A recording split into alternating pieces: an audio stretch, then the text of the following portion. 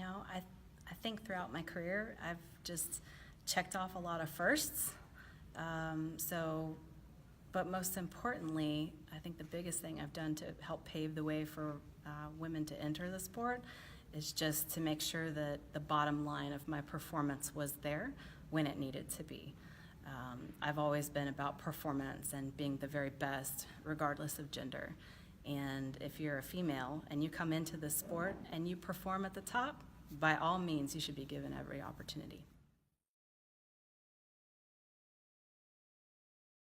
Well, I think our world struggles with women wanting to be involved in math and science.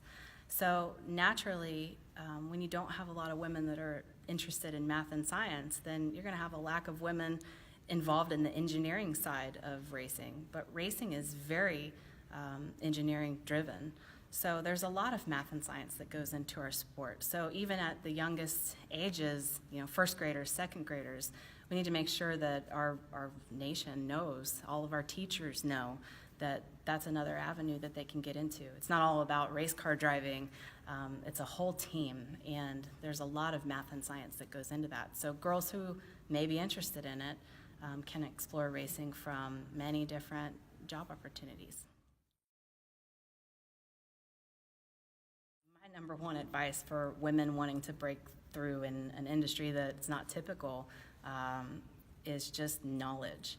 Be knowledgeable. Be prepared with knowledge, because they can't fight knowledge. Smarter is faster. And so for me in my career, I think that's what won so many results for me, is just being prepared, taking the time to study, and knowing about whatever area I was focusing on.